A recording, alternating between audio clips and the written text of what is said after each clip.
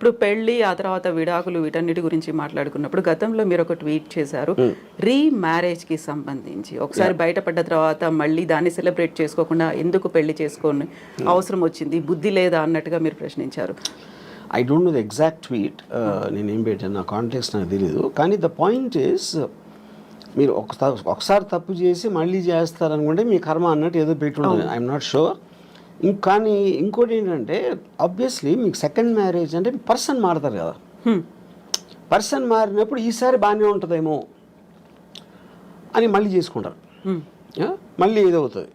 ఎందుకంటే problem is not with the person, అది ఇన్స్టిట్యూషన్లో problem ఉంది. అది ఇద్దరిని కలిపి ఒక చోట ఉండాలి, కొన్ని నిబంధనలను, భార్యాభర్తలు కాబట్టి ఇలా ఉండాలి అనే నిబంధనల నుంచి వచ్చిన సిస్టంలో ప్రాబ్లం ఉంది. It is not the people. So వ్యవస్థలో ప్రాబ్లం ఉందా? పెట్టేటువంటి వ్యవస్థలో, ఓన్లీ వ్యవస్థ. పెడుతున్నట్టు marriage institution is itself fundamentally flawed. So ముహూర్తాల బలం, ముహూర్తాల్లో కూడా ప్రాబ్లం ఉంది కాబట్టి అని సరికొత్త వాదన ఈ మధ్య కాలంలో వస్తుంది. సో వాళ్ళ రాశులు, జన్మ నక్షత్రాలు, ముహూర్తాలు నమ్మటం అనేది ఇట్స్ ఏ సూపర్స్టిషన్ ఆస్పెక్ట్. అది so there is no scientific backing to it. So అప్పుడు దేవుని నమ్మటం, మూఢనమ్మకాలు నమ్మటం, ముహూర్తాలు నమ్మటం అవన్నీ కూడా ఒకే కేటగిరీలో వస్తాయి. That depends on person to person.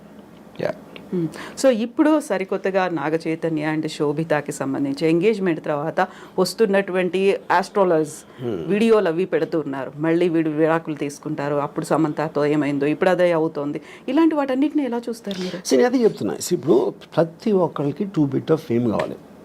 Celebrities గురించి, వాళ్ళు చేస్తున్న దాని గురించి మాట్లాడితే మనకి వ్యూస్ వస్తాయి. ఇప్పుడు ఇలా మీడియాలో మీరు క్వశ్చన్ ఎందుకు అడుగుతున్నారు, అలాంటి టాపిక్ అతను లేపాడు కాబట్టి, అతను అది లేపాడు కాబట్టి మీరు అడుగుతున్నా, అది తనకు కావాల్సింది కూడా అదే. ఇప్పుడు దీంట్లో ముహూర్తాల ఇది ఏదైనా అవుతుందా అవ్వదా అనే దాంట్లో విన్నోళ్ళు కొంతమంది నమ్ముతారు, కొంతమంది నమ్మరు, కొంతమంది ఎంటర్టైన్గా తీసుకుంటారు. సో మన లైఫ్లో ఏం చేసినా అదే finally it comes to entertainment. So ఇప్పుడు సెలబ్రిటీల ఇళ్లలో పెళ్ళిళ్ళు అవుతున్నాయి అనుకుంటే ఎందుకని దాని గురించి అంత మాట్లాడుకునే పరిస్థితి వస్తుందంటారు? Because their celebrity. అంతకన్నా సింపుల్ ఆన్సర్ ఏముంది? మా పక్కింటి వాళ్ళ గురించి చెప్తే ఎవరికి ఉండదు కదా. ఎవరో ఒక స్టారు, ఒక పొలిటికల్ పర్సను, ఏదో ఒక విధంగా చాలామందికి తెలిసిన మనిషి గురించి మాట్లాడితేనే ఎంటర్టైన్మెంట్ వస్తుంది. వేరే వాళ్ళతో రాదని కాదు, అది లిమిటెడ్ సర్కిల్లో ఉంటుంది. అది వైడర్ సర్కిల్ కావాలంటే you always have to target A celebrity.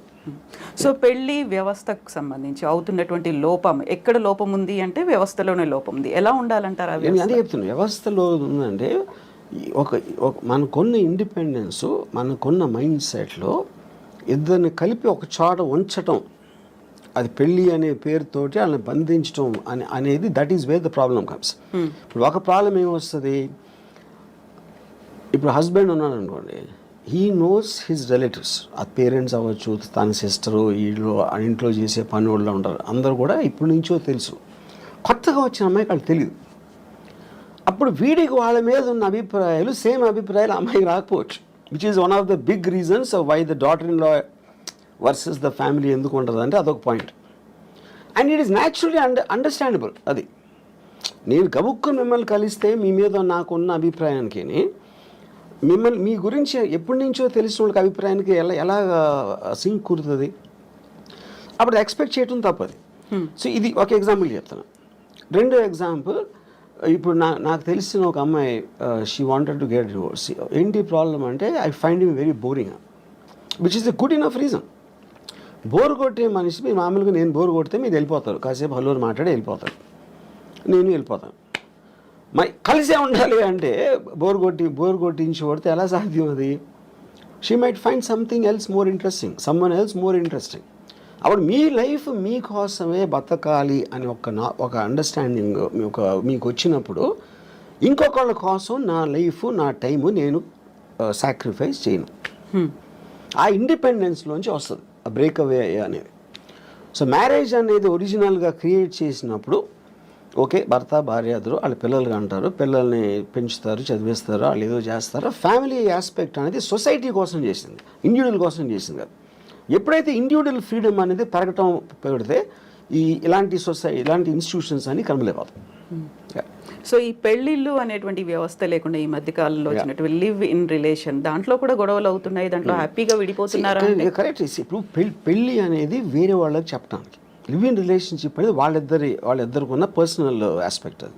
That's only difference. You know ఇక దాంట్లో లీగల్గా ఎన్ని ఇయర్స్ ఉంటే అది వ్యాలిడే ఉంటుంది ఇది అది అని. కొట్టుకుంటాం అనేది ఎలా చేస్తుంది? మీరు అసలు ఇద్దరు ఒక చోట ఉంటే కొట్టుకోకుండా ఉండలేరు. అంటే ప్రెషర్ ఆఫ్ అది ఏమంటుంది, expectation more than anything else. Yeah. So ఇలాంటి ఇష్యూస్ రాకుండా ఉండాలంటే understanding is the better way అంటారు. అడ్జస్ట్మెంట్ అండర్స్టాండింగ్ అనేది ఈజీ చెప్పటం.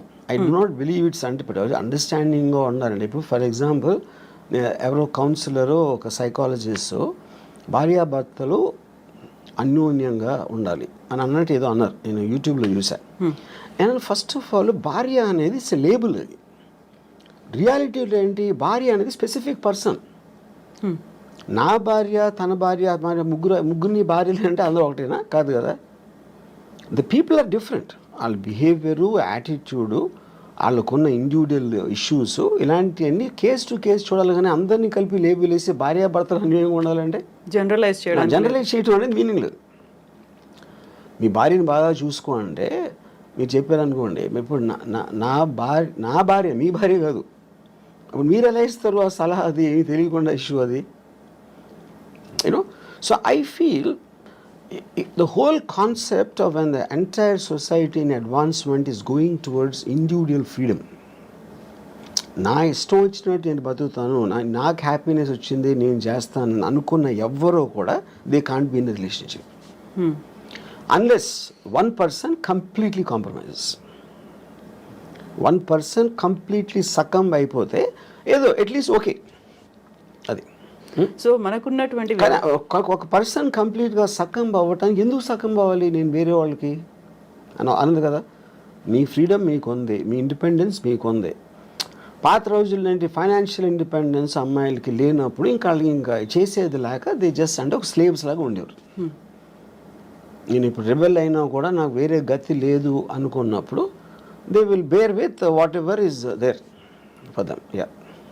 సో అలాంటి పరిస్థితుల్లో అడ్జస్ట్ అయిపోయి ఇంకా బయటకు వచ్చినా నేను బతకలేను, సమాజం నన్నే అంటుంది అనేటువంటి ఒక ఒపీనియన్ కూడా ఉంది ఆ టైంలో.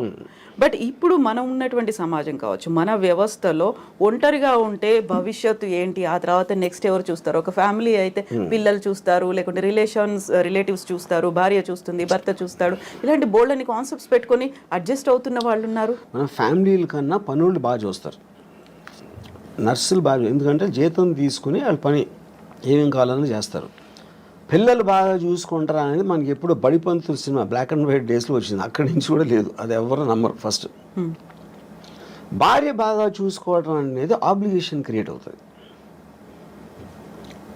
నేనే అన్నీ చూసుకుంటున్నాను, మీకు ఇన్నాళ్ళకైనా నా వాల్యూ తెలిసిందా అని నష్టపెట్టి చంపేస్తారు. అప్పుడు ఆ గిల్ట్ ఫీలింగ్ చచ్చిపోతాడు. అసలు అతనికి వచ్చిన వేరే జాబ్ అయితే ఇలాంటి ఆస్పెక్ట్లో.